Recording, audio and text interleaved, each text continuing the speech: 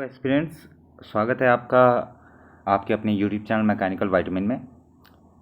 जैसा कि कमेंट आया था कि मैं analysis factual based research oriented modern concept के बेस पर ऐसे की कुछ टॉपिक लेकर के आऊँ ताकि आप लोगों का थोड़ा बहुत जो डाउट है वो चीज़ क्लियर हो सके। इन सारे टॉपिक्स को किस तरीके से पढ़ना है और किस तरीके से इस चीज़ों को समझना है, वो सारे का सारा पोर्शन हम लोग इस वीडियो में डिस्कस करेंगे। ठीक है, पिछले वीडियो में जितना प्यार दिया था, उम्मीद है ये वीडियो भी आप लोगों को पसंद आएगा। And thank you so much for being so supportive to me. Okay, चलिए आगे बढ़ते हैं विदाउट वेस्टिंग एनी टाइम। थोड़ा सा यहाँ पर फॉन्ट का गड़बड़ हो चुका है, बट कोई बात नहीं, इसको मैं बता दूंगा कि क्या है। देखिए, सबसे पहली बात, analysis factual based research oriented and modern concept, ये 4 पार्ट में डिवाइड है पूरा का पूरा। ठीक है, इस चीज़ को समझना ज़रूरी है। विश्लेषण, तथ्यात्मक आधारित अनुसंधान, उन्मुख आधुनिक और नहीं आधारित अनुसंधान, उन्मुख और आधुनिक अवधारणा, इन सारे के सारे पोर्शन क्योंकि 4 पार्ट में डिवाइड है तो आपको ये चीज़ समझना ज़रूरी है कि कौन कौन से टॉपिक हैं या मेजर डोमेन कौन कौन से हैं जहाँ से क्वेश्चंस आ सकते हैं। और मैं ये नहीं कहता कि यही क्वेश्चन आएंगे, बट मैं इतना श्योर हूँ कि 90% चांस है कि इसी वीडियो से जो टॉपिक मैं बताऊंगा वहीं से क्वेश्चन आएंगे। 90% तो डैम श्योर हूँ, उसके लिए कोई रोक नहीं सकता, क्योंकि यही पूछेंगे, इसके अलावा इनके पास कुछ बचेगा नहीं पूछने के लिए।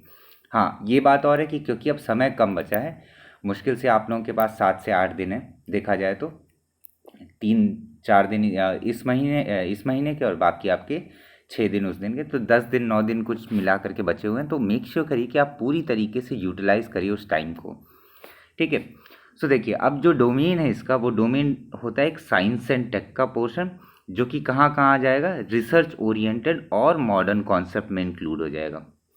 याद रखिए, साइंस एंड टेक इसमें, research oriented and modern concept में। ज्योग्राफी की बात करेंगे तो ज्योग्राफी का क्या है, geography is factual based and it relates with some sort of analysis. Economy भी जो क्या है, इकोनॉमी में भी फैक्चुअल बेस्ड है, एनालिसिस है और थोड़ा बहुत नए नए कॉन्सेप्ट इंक्लूडेड है। सोशल की बात करेंगे तो वो पूरी तरीके से फैक्चुअल है, एनालिसिस है, यही है। यही 4 पोर्शन में आपके ऐसे टॉपिक डिवाइड होंगे। आइए देखते हैं उसमें कौन कौन से इंपॉर्टेंट पोर्शन है जो कि आपको करने बहुत ज़्यादा ज़रूरी हैं। और अगर ये कर लेंगे, ये वीडियो में जो मैं बता रहा हूँ, मुझे पता है थोड़ा एक्सेस में बताऊंगा, लेकिन मैं नहीं चाहता कि आप लोग का एक भी पॉइंट छूटे। अगर इतना ही आप कर लेंगे तो आपका 50 नंबर में से फिर आपकी राइटिंग स्किल बस मैटर करेगी कि आप किस तरीके से लिखते हैं, किस तरीके से आप इंट्रोडक्शन देते हैं, किस तरीके से आप बॉडी लिखते हैं, किस तरीके से आप कंक्लूजन ड्रॉ करते हैं, वो सब कुछ फिर आप पर डिपेंड करेगा। लेकिन हाँ, इतना कर लेंगे तो आप ब्लैंक नहीं रहेंगे, किसमें, एस्से के वक्त में आपको पता रहेगा कि आपको क्या क्या लिखना है। ठीक है, आज तो केवल टॉपिक के बारे में डिस्कस करेंगे ताकि आप लोग को एक ओवरऑल पर्सपेक्टिव मिल जाए। बात करते हैं साइंस एंड टेक्नोलॉजी की। तो साइंस एंड टेक्नोलॉजी में अगर बात करेंगे, आर्टिफिशियल इंटेलिजेंस, अगर मैं आर्टिफिशियल इंटेलिजेंस लिख रहा हूँ तो इसका मतलब ये है मशीन लर्निंग के बारे में पता होना चाहिए, बिग डेटा के बारे में पता होना चाहिए, ठीक है, और थोड़ा बहुत डेटा साइंस के बारे में पता होना चाहिए। इतना तो मस्ट है, इतना तो पता होना चाहिए आर्टिफिशियल इंटेलिजेंस। और बहुत ध्यान से सुनिए, जितने भी मैं टॉपिक बता रहा हूँ, इन सब टॉपिक के बेस पे गवर्नमेंट इनिशिएटिव्स क्या क्या हैं, गवर्नमेंट इनिशिएटिव्स क्या क्या लिए गए हैं इस साल में, या जो बजट प्रस्तुत हुआ था उसमें क्या क्या दिया गया, किस तरीके के इनिशिएटिव हैं, उन सब चीज़ों को आपको ज़रूर याद करना है, रट लीजिए, घोट लीजिए, क्योंकि उससे ऐसे में डेप्थ आता है। ठीक है, ब्लॉकचेन टेक्नोलॉजी हो गया, साइबर सिक्योरिटी। अब ज़रूरी नहीं कि सीधा क्वेश्चन आ जाएगा साइबर सिक्योरिटी क्या होता है, साइबर सिक्योरिटी को रिलेट किया जा सकता है नेशनल सिक्योरिटी के साथ में। ठीक है, सो मेक श्योर करिए इस चीज़ को ज़रूर अच्छे से करिएगा। ऑग्यूमेंटेड रियलिटी, वर्चुअल रियलिटी, इसके आने के चांसेस कम हैं, लेकिन हाँ, ये भी एक बहुत मेजर पोर्शन है क्योंकि इस पर रिसर्च चल रही है, मॉडर्न कॉन्सेप्ट है, नया कॉन्सेप्ट है, तो ये आने के थोड़े बहुत चांस होते हैं। एप्लीकेशन क्या है, इंडिया ने इसमें आज तक कितना काम किया है, कौन कौन से स्कीम है, क्या इनिशिएटिव लिया गया है, क्या होता है ऑग्यूमेंटेड रियलिटी, क्या होता है वर्चुअल रियलिटी, एप्लीकेशन कहाँ पर है, इन सब चीज़ों को आपको ध्यान में रखना चाहिए। ठीक है, क्योंकि मैं हिंदी में नहीं बता रहा हूँ, क्योंकि आप लोग पढ़ पा रहे होंगे, हिंदी आपके राइट हैंड साइड में दिख रहा है, क्योंकि थोड़ी सी कॉम्प्लिकेटेड हिंदी है और मेरी हिंदी ठीक ठाक है वैसे देखा जाए तो। सो साइबर सिक्योरिटी हो गया, दैट इज साइबर सुरक्षा, और ऑग्यूमेंटेड रियलिटी उसके बाद बायोटेक्नोलॉजी। अब बायोटेक्नोलॉजी में केवल बायोटेक्नोलॉजी से डायरेक्ट क्वेश्चन नहीं आएगा, बायोटेक्नोलॉजी से आ सकता है कि जीन एडिटिंग आ सकता है, क्रिस्पर जो नई टेक्निक है वो आ सकती है, या फिर कैटस्टैट करके जो रिसेंट में कैंसर ट्रीटमेंट के लिए हुआ था, हेल्थ से रिलेट कर सकते हैं बायोटेक्नोलॉजी को, एग्रीकल्चर से रिलेट कर सकते हैं बायोटेक्नोलॉजी को। सो याद रखिए आपको एक हॉलिस्टिक व्यू में तैयारी करनी है। बायोटेक्नोलॉजी मतलब केवल बायोटेक्नोलॉजी नहीं, उसका एप्लीकेशन कहाँ पर है और एप्लीकेशन में भी कितनी डेप्थ है। जैसे अगर एग्रीकल्चर के बेस पर आ गए तो आपको पता होना चाहिए एग्रीकल्चर का बायोटेक्नोलॉजी के साथ में कितना काम हुआ है। सिमिलर वे में जीन एडिटिंग की बात आ गई तो कितना काम हो चुका है और क्या काम करना बाकी है। ठीक है, next is e commerce business, जो आजकल बहुत स्टार्टअप खुले हैं, बहुत कुछ खुला है। सोशल मीडिया, सोशल मीडिया ऐसा नहीं कि डायरेक्ट सोशल मीडिया का one second, social media and impact, social media and cyber security के साथ भी रिलेट किया जा सकता है। सोशल मीडिया का आपका पब्लिक ओपिनियन के साथ में भी मिक्स किया जा सकता है। So it is a very wide topic, ये करना बहुत ज़रूरी है। E learning platform, e learning platform में आपके जो हैं कि डिजिटल मिशन के तहत में इंडिया किस तरीके से ई लर्निंग प्लेटफॉर्म पर ज़्यादा रिलाई कर रहा है, how they are developing skill, various sectors और वेरियस फील्ड में स्किल्स का किस तरीके से, कौशल का किस तरीके से विकास किया जा रहा है ई लर्निंग प्लेटफॉर्म्स का इस्तेमाल करके। ये बहुत ही महत्वपूर्ण टॉपिक है, तो प्लीज़ इनमें से एक भी टॉपिक छोड़िए मत। आपको 9 दिन है तो घिस डालिए अपने आप को and you will be out with a flying colours. ठीक है, नेक्स्ट इज स्पेस टेक्नोलॉजी। अब स्पेस टेक्नोलॉजी में डायरेक्टली वापस स्पेस टेक्नोलॉजी नहीं, स्पेस टूरिज्म भी आ जाता है। ठीक है, स्पेस एक्सप्लोरेशन भी आ सकता है, स्पेस टूरिज्म, स्पेस एक्सप्लोरेशन। और साथ में क्या आ सकता है, साथ में आ सकता है कि स्पेस एक्सप्लोरेशन में रीयूजेबल रॉकेट्स के बारे में थोड़ा बहुत आपको पता होना चाहिए। ये सारे के सारे पोर्शन किससे संबद्ध है, साइंस एंड टेक्नोलॉजी से संबद्ध है। वापस से बता दूं, कोई टॉपिक छोड़िए मत। क्यों? क्योंकि क्या है कि आप जब तक 100% तैयार नहीं रहेंगे तब तक आप कॉन्फिडेंस में लैग करते रहेंगे। इसीलिए जितना भी आपके पास समय मिल रहा है उसको प्रॉपर तरीके से यूटिलाइज करिए। जो वर्किंग एस्पिरेंट्स हैं वो अपने वर्किंग आवर्स के बीच में जब लंच होता है तो पढ़ें, कम से कम रीड, एटलीस्ट रीड इट, ताकि आपके दिमाग में वो सारी चीज़ें आती रहें। जो नॉन वर्किंग है उनको तो और ज़्यादा मेहनत करनी चाहिए, क्योंकि देखिए 9-10 दिन की बात है मुश्किल से, उसके बाद तो सब कुछ सही हो जाएगा। ठीक है, आगे बढ़ते हैं, इकॉनमी की बात करते हैं। अब इकॉनमी में अगर बात करें तो गिग इकोनॉमी क्या होता है। गिग इकोनॉमी मतलब गिग वर्कर्स जो होते हैं, जो गिग वगैरह डालते हैं फाइवर वगैरह प्लेटफॉर्म पर, ताकि अपने स्किल को शोकेस कर सकें और साथ में अपनी प्रोफिशिएंसी दिखा करके अर्न कर सकें। वर्क फ्रॉम होम कल्चर किस तरीके से अफेक्ट कर रहा है या किस तरीके से बढ़ावा मिल रहा है, स्टार्टअप्स की वजह से इंडिया किस पोजीशन पे है, क्या है, डिजिटल डेमोक्रेसी क्या होती है, उसका impact and all, financial inclusion, प्रधानमंत्री जनधन योजना एंड ऑल, सस्टेनेबल डेवलपमेंट, सतत विकास क्या होता है, उसका इम्पैक्ट क्या है। अब देखिए सस्टेनेबल डेवलपमेंट का कई जगह पर कनेक्शन हो सकता है, ज्योग्राफी में भी कनेक्शन कर सकते हैं। ज्योग्राफी में कहाँ कनेक्शन कर सकते हैं, क्लाइमेट चेंज के साथ में। ठीक है, सो सस्टेनेबल डेवलपमेंट में यहाँ कह रहा हूँ, लेकिन हाँ यहाँ पर भी आपका एक इंक्लूड हो जाएगा। उसके बाद एमएसएमई और पब्लिक प्राइवेट पार्टनरशिप, इन दोनों के चांसेस ठीक ठाक हैं आने के, लेकिन बाकी ऊपर का थोड़ा सा हाई चांस है कि आने के चांसेस हैं। लेकिन एमएसएमई ज़रूर कर लीजिएगा और पब्लिक प्राइवेट पार्टनरशिप ये तो ज़रूर करिए, क्योंकि थोड़ा बहुत तो आप मिक्स करेंगे ही मुझे पता है, लेकिन आपको पता होना चाहिए पब्लिक प्राइवेट पार्टनरशिप क्या है, क्योंकि अनुसंधान का केंद्र है सीएसआईआर और यहाँ पर चीज़ें ऐसी ही चलती है पब्लिक प्राइवेट पार्टनरशिप पर। सो ये सब थोड़ी चीज़ें हैं जो आपको ध्यान में रखनी है। क्या मैंने ज्योग्राफी का पोर्शन खा लिया? लगता तो है मैंने ज्योग्राफी का पोर्शन खा लिया। चलिए कोई बात नहीं, मैं ज्योग्राफी का आपको आप लोगों को बता दूंगा, कोई दिक्कत की बात नहीं। ठीक है, ये थोड़ा डाउनलोडिंग वगैरह में थोड़ा दिक्कत हो गया होगा। नेक्स्ट बात करते हैं सोशल की। तो सोशल में क्या है, वुमेन एम्पावरमेंट हो गया। ठीक है, वुमेन एम्पावरमेंट हो गया। अब वुमेन एम्पावरमेंट में बहुत सारी चीज़ें, वुमेन एम्पावरमेंट में है आपका कि कितना वुमेन के ऊपर कितना फोकस हो रहा है क्या नहीं है। ठीक है, और कितना उनका परसेंटेज है। इसमें जेंडर इनइक्वालिटी भी आ जाता है, बेटी बचाओ बेटी पढ़ाओ भी आ जाता है। ये सारे के सारे पोर्शन उसमें इंक्लूड हो जाते हैं। ठीक है, और हेल्थ की बात करें, हेल्थ में क्या कौन कौन सा चीज़ आ जाएगी, हेल्थ में आपकी चीज़ें आ जाती हैं कि हेल्थ का स्ट्रक्चर क्या है, हॉस्पिटल्स और डॉक्टर के मतलब डॉक्टर्स और patient to doctor to patient ratio कितना है, क्या है, जो प्रधानमंत्री ने आयुष्मान कार्ड है, ये सारी चीज़ें आपको पता होनी चाहिए। हेल्थ का एक मेजर पोर्शन है। और न्यू एजुकेशन पॉलिसी, ज़रूरी नहीं न्यू एजुकेशन पॉलिसी डायरेक्ट आए, लेकिन आपको एजुकेशन के बारे में पता होना चाहिए। एजुकेशन के बारे में पता होगा तभी आप एनईपी के बारे में लिख पाएंगे बढ़िया से बढ़िया। ठीक है। अब जो मैंने टॉपिक छोड़ दिया वो था ज्योग्राफी का। अब ज्योग्राफी में देखिए सबसे बड़ा क्या, climate change. Climate change plays a major role. और क्लाइमेट चेंज हो गया, रिन्यूएबल एनर्जी हो गया, ठीक है, ये सब के सब बहुत ही इंपॉर्टेंट रोल प्ले करेंगे। और आने के इंटरमिक्स करके भी आ सकता है, ऐसे भी आ सकता है। रिन्यूएबल एनर्जी हो गया, क्लाइमेट चेंज हो गया, उसके बाद आपका अर्बनाइजेशन हो गया, ग्लोबलाइजेशन हो गया, ठीक है, अर्बनाइजेशन, ग्लोबलाइजेशन। साथ में ज्योग्राफी में आप इंक्लूड कर सकते हैं क्लाइमेट चेंज का। वेदर देख, climate change is a very wide topic. अब क्लाइमेट चेंज के अंतर्गत में क्या क्या इंटरनेशनल प्लेटफॉर्म पर हुआ है और क्या क्या नेशनल प्लेटफॉर्म पर हुआ है, आपको ये चीज़ पता होनी चाहिए। ठीक है। अभी एंड में हम लोग डिस्कस करेंगे कि ऐसे में आप लिख कैसे सकते हैं, क्या कर सकते हैं ताकि आपका ऐसे और ज़्यादा अच्छा बन सके। ठीक है।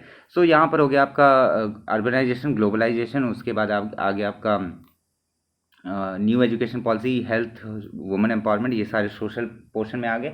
याद रखिए climate change, renewable energy plays a very very very crucial role. ठीक है, इसको आप नहीं छोड़ सकते, भूल करके भी आप इन सारी चीज़ों को नहीं छोड़ सकते हैं। ठीक है। आई होप आपको ये चीज़ें समझ में आ रही होंगी। ठीक है।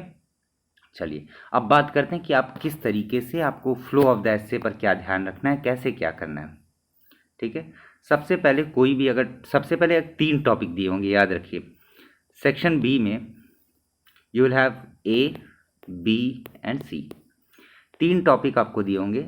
आपको 3 टॉपिक में से कोई एक टॉपिक चूज़ करना है, ये तो पता ही होगा, लेकिन वो टॉपिक चूज़ करिएगा जिस पर आपको अच्छी तरीके से कॉन्फिडेंस है। ठीक है। ये नहीं कि इसमें थोड़ा आता है, उसमें थोड़ा आता है, इसमें थोड़ा आता है, ये नहीं करना है आपको, भूल करके भी ये नहीं करना है। ठीक है। आपको वो टॉपिक चूज़ करना है जिस पर आप 500 से 600 वर्ड लिख सकें। और ये पता कैसे चलेगा, प्रैक्टिस से पता लगेगा। नाउ जब आप एक टॉपिक सेलेक्ट कर लें तो टॉपिक में सबसे पहले आप you have to introduce that particular topic. कुछ बच्चे होते हैं डायरेक्टली टॉपिक पर जंप कर जाते हैं, साइबर सिक्योरिटीज़ ऐसे करके। थोड़ा सा आपको कॉन्टेक्स्ट ड्रॉ करना ज़रूरी है। कॉन्टेक्स्ट मतलब क्या होता है, आपको एक थोड़ा सा भूमिका बांधनी पड़ती है कि डिजिटल एरा के बढ़ने की वजह से आजकल संपूर्ण दुनिया एक डिजिटल प्लेटफॉर्म पर उपलब्ध है। और क्योंकि डेटा के प्रवाह को नियंत्रित कर पाना बहुत मुश्किल कार्य है, इसीलिए साइबर सिक्योरिटी एक बहुत ही महत्वपूर्ण किरदार निभाती है। ऐसे करके आपको स्टार्ट करना पड़ेगा, समझ रहे हैं। तो इंट्रोडक्शन में you have to draw proper context before jumping right into the topic. Introduction में याद रखिए 80 से 100 वर्ड आप लिखेंगे लगभग, इट विल बी गुड। ठीक है, 80 से 100 वर्ड। उसके बाद आप बॉडी पर आएंगे। इंट्रोडक्शन पूरा आप एक ताना बाना बुन देंगे। बहुत बच्चे क्या करते हैं, इंट्रोडक्शन में ही कंक्लूजन दे देते हैं, ये नहीं करना है। इंट्रोडक्शन में मतलब आप टॉपिक को इंट्रोड्यूस कर रहे हैं। ठीक है। मतलब क्या हो गया, अगर मैं पूछूं आपका नाम क्या है, तो आप ये बताएंगे thank you sir for giving me the opportunity. Interview में भी तो यही कहते हैं, thank you sir for giving me this opportunity, I have done my BTech, I have done my MTech, और I have done my BA, और I have done my BBA. ऐसे करके आप बताते हैं। सो एक कॉन्टेक्स्ट ड्रॉ करना बहुत ज़रूरी है, पहली चीज़। दूसरी चीज़ ये, डायरेक्टली कंक्लूजन पे नहीं जंप करना। कोई आपका अगर नाम पूछे तो डायरेक्टली आपको थैंक यू नहीं बोलना है, तो आपको थोड़ा लिमिटेड वे में चलना है। ठीक है। आई होप आपको चीज़ें समझ में आ रही होंगी। बॉडी ऑफ द एसे में आपको बहुत बहुत अच्छे से क्या करना है, पहले बॉडी ऑफ द एसे में आपको लिखना है जो भी टॉपिक है उस टॉपिक का क्या इम्प्लीकेशन रहा है। या तो आप निगेटिव से शुरू कर सकते हैं, ठीक है, या तो आप पॉजिटिव से शुरू कर सकते हैं, depending upon your own approach. या निगेटिव फैक्ट से शुरू करें, जैसे साइबर सिक्योरिटी है बहुत खतरनाक है, या फिर आर्टिफिशियल इंटेलिजेंस की वजह से काफ़ी नौकरियां जा सकती हैं, या फिर कई चीज़ें अलग दिशा की ओर बढ़ सकती हैं। जो भी नेगेटिव आपको उसके बारे में लगे उसके बारे में लिखिए। फिर पॉजिटिव चीज़ लिखिए उसके बारे में। ठीक है। उसके बाद याद रखिए कुछ पोर्शन आपको ऐड करने ज़रूरी है। इंटरनेशनल प्लेटफॉर्म पर अंतर्राष्ट्रीय पट पे क्या क्या हुआ उस टॉपिक से रिलेटेड, और उस अंतर्राष्ट्रीय में भारत का क्या योगदान था, इंडिया का क्या स्टैंड था, और साथ में इंडिया ने अपने ही देश में उसको लेकर के कौन कौन से इनिशिएटिव शुरू किए, और उसका टॉपिक के साथ में क्या इंक्लिनेशन और क्या रेगुलेशन बैठेगा, वो चीज़ भी आपको लिखनी है। बहुत बच्चे क्या करते हैं, निगेटिव लिख दिया एक पैरा, फिर डायरेक्टली पॉजिटिव पे जंप कर गए। ऐसा भी नहीं करना है। ऑल्दो आपको थोड़े कीवर्ड्स पर ध्यान देना है कि ऐसा नहीं कि आर्टिफिशियल इंटेलिजेंस पूर्ण रूप से गलत है, लेकिन इसका एक बहुत ही अच्छा नज़रिया भी हो सकता है अगर इसे वास्तविक में अच्छी जगहों पर और अच्छे एप्लीकेशन बेस्ड में यूज़ किया जा सके और अच्छी तरीके से। ऐसे करके आपको एक बांधना पड़ता है, शब्दों को पिरोना पड़ता है। नेक्स्ट जो बात है कि डायरेक्टली एक तो मतलब कि पैराग्राफ में नहीं लिखना है आपको। लिखना कैसे, पैराग्राफ में लिखिए लेकिन एक कुछ कॉन्टेक्स्ट बांधिए, ठीक है। और जब आप गवर्नमेंट इनिशिएटिव के बारे में बात करें या इंटरनेशनल प्लेटफॉर्म पर कुछ भी जो हुआ है उसके बारे में बात करें, तो उस चीज़ को, उस टॉपिक को, मतलब जो कुछ भी इंटरनेशनल प्लेटफॉर्म पर हुआ है उसको आप कनेक्ट करिए आपका मेन टॉपिक के साथ में, आपके मेन टॉपिक के साथ में आप उसको कनेक्ट करिए। जब तक मेन टॉपिक के साथ में कनेक्ट नहीं करेंगे आपका ऐसे बढ़िया नहीं बनेगा। वो केवल फैक्ट फैक्ट फैक्ट फैक्ट ऐसा रह जाएगा, डेटा डेटा डेटा ऐसा हो जाएगा। ये चीज़ आपको नहीं करनी है। इसके लिए आपको निरंतर यही प्रयास करना है कि आप टॉपिक के बराबर में चले, ठीक है। टॉपिक के बराबर में, ये है आपका टॉपिक और ये हैं आपको हमेशा इसी के पैरेलली मूव करना है। बहुत बच्चे क्या करते हैं, टॉपिक आया उसमें कोई एक नया वर्ड आ गया, वो डाइवर्ट होना शुरू हो जाते हैं और इस बात पे चले जाते हैं, जो कि बहुत गलत है और उससे निगेटिव मार्किंग बढ़ती है। थर्ड थिंग जो कंक्लूजन रहेगा, कंक्लूजन में आप ये लिखिए। कंक्लूजन में सिंपल तरीका मैं आपको बताता हूँ सॉरी। कंक्लूजन में SCRF टेक्निक आपको फॉलो करनी है। SCRF मतलब समराइज करना है पूरी चीज़ों को, जितना भी अभी तक आपने लिखा उस चीज़ को समराइज करिए। दूसरा, फिर उसके बारे में बताइए कॉम्प्लिकेशंस क्या क्या हैं। तीसरा, उसको रिजॉल्व किया जा सकता है कि नहीं किया जा सकता, मतलब सॉल्यूशन उसका ढूंढा जा सकता है कि नहीं ढूंढा जा सकता, और ढूंढा जा सकता है तो कैसे ढूंढा जा सकता है। और F होता है आपका फ्यूचर में आप कैसा देखते हैं, फ्यूचर में आप कैसा देखते हैं, ठीक है। आर्टिफिशियल इंटेलिजेंस के लिए आप समराइज़ कैसे कर सकते हैं, जैसे एक ही टॉपिक में ले रहा हूँ, मान लीजिए दूसरा टॉपिक ले लेते हैं हम लोग, क्लाइमेट चेंज ले सकते हैं। क्लाइमेट चेंज के का पूरा आप समराइज़ करेंगे इन दी एंड, या although there has been lot of initiative by the government of India as well as on international platform also, but there are lot of complications are there which include not only the green gas emission as well as the more usage of fossil fuel, the reliability on non-renewable sources rather on renewable sources, and this thing must be stopped. It is resolvable only when an individual plays a very crucial role in order to identify the cause and to make sure to stop that particular cause as much as possible. Implementation of more electric vehicle will be much more good for the environment, as well as including e-vehicles on the road will be better for the upcoming generation so that they can live a very blessed life. Future के बारे में भी आप ऐसे ही करके बात कर सकते हैं। ये सबसे जुगाड़ू, सबसे आरामदेह कंक्लूजन का ये तरीका है। इससे बढ़िया, इससे कोई सीधे तरीके का कंक्लूजन नहीं बता सकता और ना ही कोई बताता है, बहुत कम लोग बताते हैं। इस बात को याद रखिए, यूपीएससी में भी मैंने यही यूज़ किया था SCRF को, और ऐसे में भी ठीक ठाक नंबर मिल जाते थे। सो SCRF याद रखिए, SCRF, S से क्या समराइज, C से कॉम्प्लिकेशंस क्या है, R से वो चीज़ कैसे दूर की जा सकती है, और फ्यूचर कैसा रहेगा या फ्यूचर में आप कैसा देखते हैं या फ्यूचर क्या होना चाहिए, इसके ऊपर आप काम करेंगे। चलिए, ये तो बात हो गई कि कंक्लूजन कैसे लिखना है। अब आपको क्या करना है उसके बारे में बात करते हैं। Now how to prepare this particular topic. एक एक टॉपिक को आप गूगल पे सर्च करिए। गूगल पे जब आप सर्च करेंगे तो आपके सामने बहुत सारी वेबसाइट्स आ जाएगी। पहले दिशा आ जाएगा, साथ में क्या लिखेंगे, गूगल क्या, जैसे AI लिखिए, AI के बाद में लिख दीजिए UPSC 2025 लिख दीजिए, या 2024 लिख दीजिए, अगर 2025 का नहीं मिल रहा तो 2024 लिख दीजिए। AI फिर UPSC 20, यही गूगल पे आपको नॉर्मल प्रॉम्प्ट यूज़ करके सर्च करना है। आपके सामने वेरियस वेबसाइट है, दिशा आ जाएगी, वाजीराम रवि आ जाएगा, या क्लियर IAS की आ जाएगी, या इनसाइट IAS आ जाएगा। उनके आर्टिकल्स को आपको पढ़ लेना है, पढ़ना है और अच्छे से पढ़ना है। पढ़ते वक्त में आपको एक अपने पास में नोट्स रखना है, मतलब वाइट पन्ना रखना है। उस वाइट पेपर पे आप क्या लिखेंगे, इम्पॉर्टेंट जो भी पॉइंट है वो लिखेंगे, ठीक है। गवर्नमेंट ऑफ इंडिया इनिशिएटिव क्या था, उसमें कुछ परसेंटेज हो गया, कुछ नंबर्स हो गए, कुछ डेटा हो गए, उन सबको नोट डाउन करना है, ठीक है। और फिर उसके इंटरनेशनल प्लेटफॉर्म पर क्या क्या हुआ उन सबको नोट डाउन करना है। ये इम्पॉर्टेंट जो आप शीट तैयार करेंगे, दिस विल बी द रामबाण फॉर यू। मतलब लास्ट में एट द एंड में जब आपका पेपर होने वाला रहेगा, उसके एक दिन पहले अगर आप रिवाइज करें तो केवल ये नोट्स को आप रिवाइज करें और आपका काम हो जाना चाहिए, ठीक है।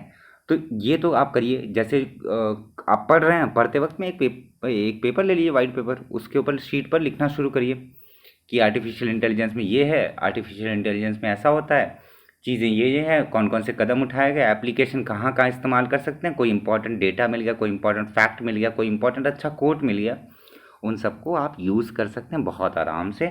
और इस तरीके से आपका खुद का ऐसे का शॉर्ट नोट तैयार हो जाएगा फॉर CSIR, जो कि आपके एग्ज़ाम के एक दिन पहले आपके लिए बहुत बेनिफिशियल रहेगा, ठीक है। याद रखें, प्रॉपर डेटा एंड फैक्ट आपको लिखने ही लिखने हैं, उसमें कोई दो राय नहीं है। उसके बाद आपको पढ़ना है और लिखना है, और यही चीज़ रिपीट करनी है।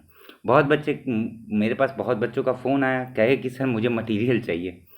देखिए, मटेरियल देने को क्या है, मटेरियल ढूंढ देने को तो गूगल से उठाओ, छाप करके दे दो, but will that be beneficial for you? क्या वो आपके लिए बेनिफिशियल होगा? रट्टा मार लेंगे, क्या वही टॉपिक आएगा और आपके दिमाग में उतना कुछ आ जाएगा? 600 वर्ड का नहीं आ सकता। आई नो, एग्जामिनेशन हॉल में अलग प्रेशर रहता है, अलग टेंशन रहती है। So it is far better कि अगर अभी तक आप इधर उधर डिफरेंट कोचिंग्स के पीछे पड़े हैं तो मत पढ़िए। आप अपने ऊपर पूरी तरीके से रिलाई रहिए। मैं ये नहीं कर रहा हूँ आप मेरा कोर्स ज्वाइन करिए, ऐसा कुछ नहीं है, लेकिन फिर भी मैं ये कहूँगा कि आप अपने ऊपर पूरा रिलाई करिए। लिखिए ज़रूर, बिना लिखे डिस्क्रिप्टिव नहीं पार होने वाला। लिखिए, पेन को घिस दीजिए, उंगली को घिस दीजिए, क्योंकि बहुत बच्चे क्या कहते हैं, 2 पन्ना लिखते हैं, उनकी उंगलियों में दर्द होना शुरू हो जाता है। और आपको कुछ ना सही, मैं बता रहा हूँ, 600 वर्ड मतलब 4 पन्ने के लगभग में बैठता है। 3 से 4 पेज बहुत आराम से बैठ जाएगा, और वो डिपेंड करता है कितने वर्ड्स आप एक लाइन में लिख रहे हैं।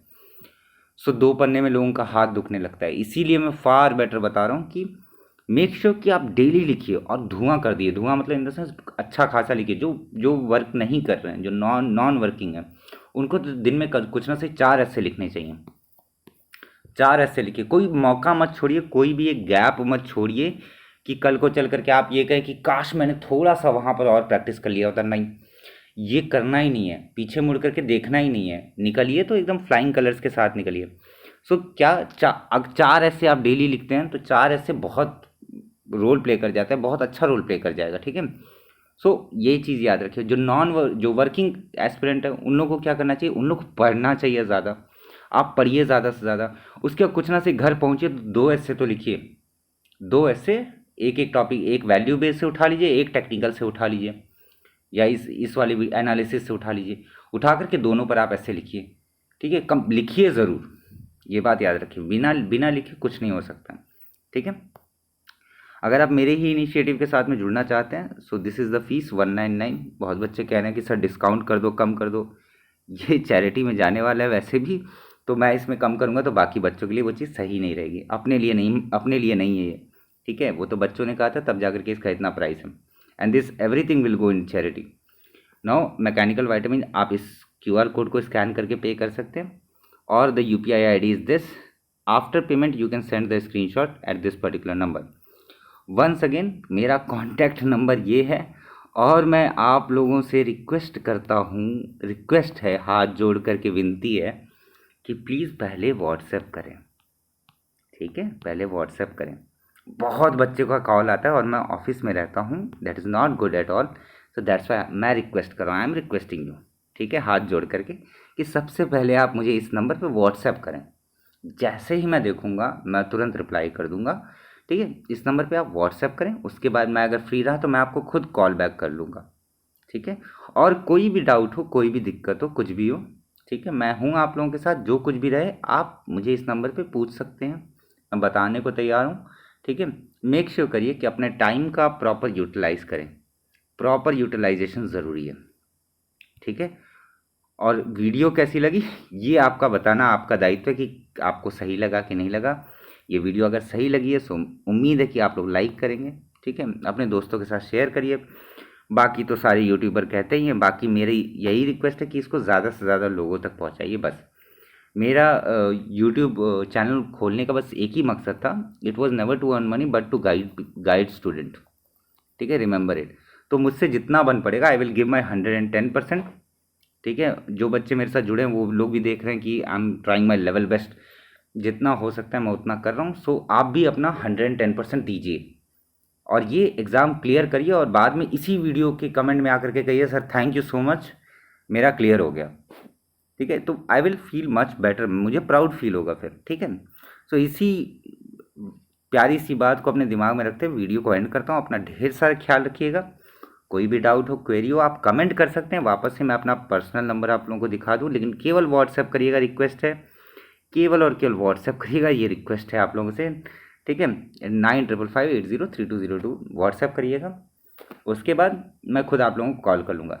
वीडियो कैसी लगी कमेंट में ज़रूर बताइएगा। मिलते हैं नेक्स्ट वीडियो में। ठीक है, तब तक के लिए thank you so much for watching this particular video.